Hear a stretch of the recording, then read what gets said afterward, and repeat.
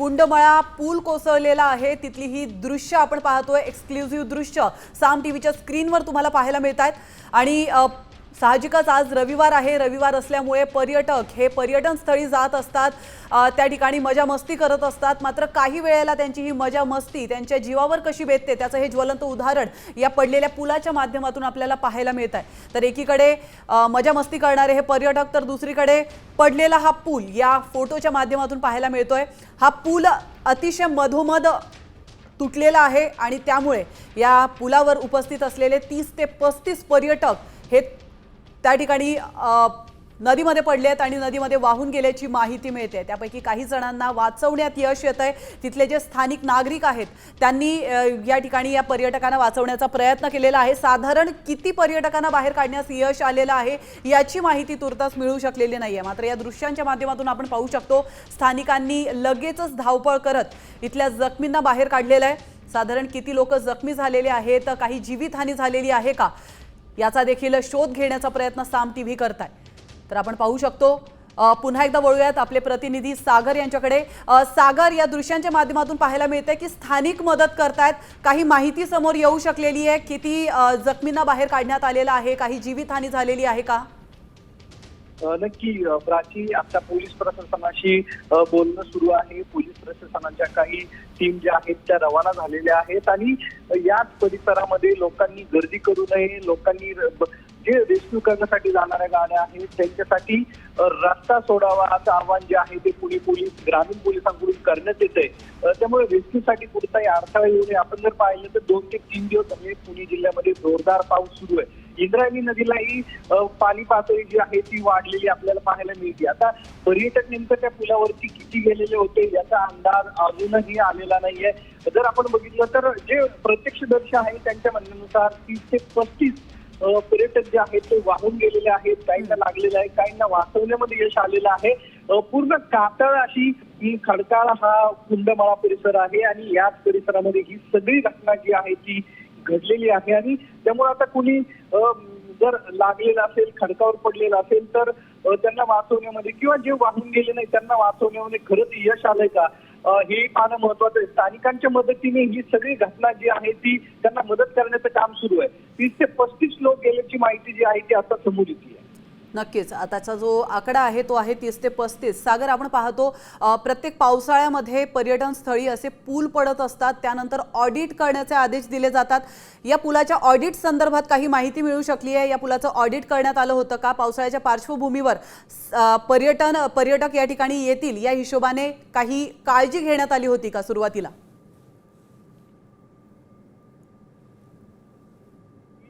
हा जो पूल आहे हा पुरातन पूल असावा असा अंदाज जो आहे तो व्यक्त केला जातोय।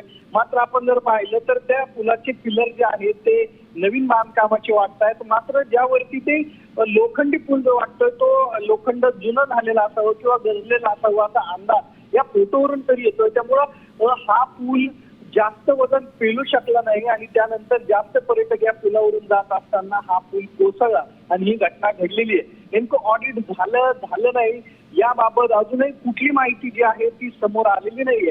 नेमकं एकाच वेळी एवढे पर्यटक त्या पुलावरती गेले कसे, त्याचबरोबर त्यांना रोखण्याचा प्रयत्न कुणी केला किंवा केला नाही, त्या ठिकाणी कुणी प्रशासनातील अधिकारी होते का किंवा ज्या सूचना देणारे पर्यटकांना त्या परिसरातील नागरिक असणं आवश्यक होतं किंवा जे स्थानिक प्रशासनातील अधिकारी किंवा जे नेमलेले सुरक्षा रक्षक आहेत ते त्या थांबणे आवश्यक होतं, ते मात्र ते कुणीही त्या ठिकाणी दिसत नाहीये। मात्र पर्यटक आले, पुलावर गेले, पूल पडला आणि काही लोक पाण्यामध्ये वाहून गेले आणि त्यांना वाचवण्याचा प्रयत्न, म्हणजे प्रशासनाला जाग येणार कधी असे अनेक प्रश्न जे आहेत ते आता पर्यटकांना आणि इतर पडायला सुरुवात झाली आहे। त्यामुळे आता रेस्क्यूचं काम जे आहे ते सुरू आहे।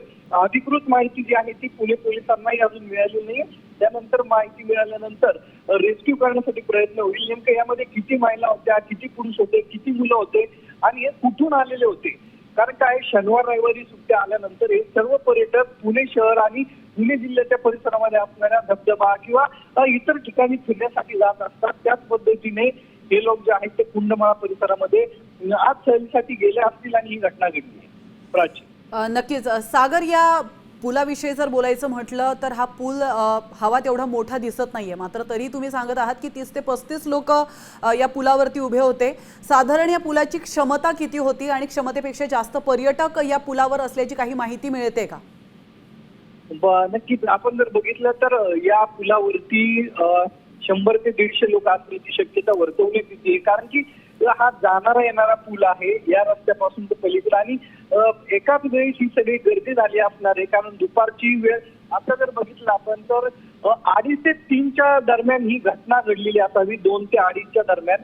आणि त्यानंतर पर्यटकांची मोठी गर्दी जी आहे ती त्या ठिकाणी झालेली होती, आणि त्यानंतर सगळा पूर्ण लोंढा जो आहे तो या पुलावरती गेला, आणि त्यानंतर तो पूल जो आहे तो पडलेला आहे, आणि लोखंडी पूल आहे, पूर्ण पिलर तुटलेला आहे. आणि नंतर मग ही सगळी घटना त्या ठिकाणी घडलेला आपल्याला या सर्व या फोटो आणि व्हिडिओवरून पाहायला मिळते.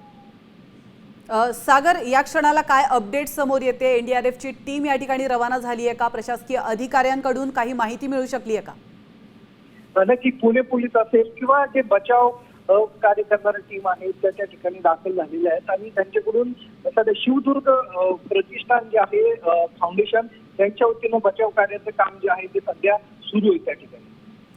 सागर, खरं तर मी तुम्हाला या आधी देखील एक प्रश्न विचारला होता, तो म्हणजे कुठलेही पर्यटन स्थळ असेल तर त्या ठिकाणी आधीच काही काळजी घेतली जाते, उपाययोजना केल्या जातात, प्रशासनाकडून सिक्युरिटी त्या ठिकाणी काही गार्ड्स तैनात केले जातात, असे काही गार्ड्स या ठिकाणी तैनात नव्हते का? नक्की आपण जर पाहिलं तर आता पावसाला सुरुवात झालेली आहे, आणि प्रत्येक पर्यटकाच्या ठिकाणी जे गार्ड असणार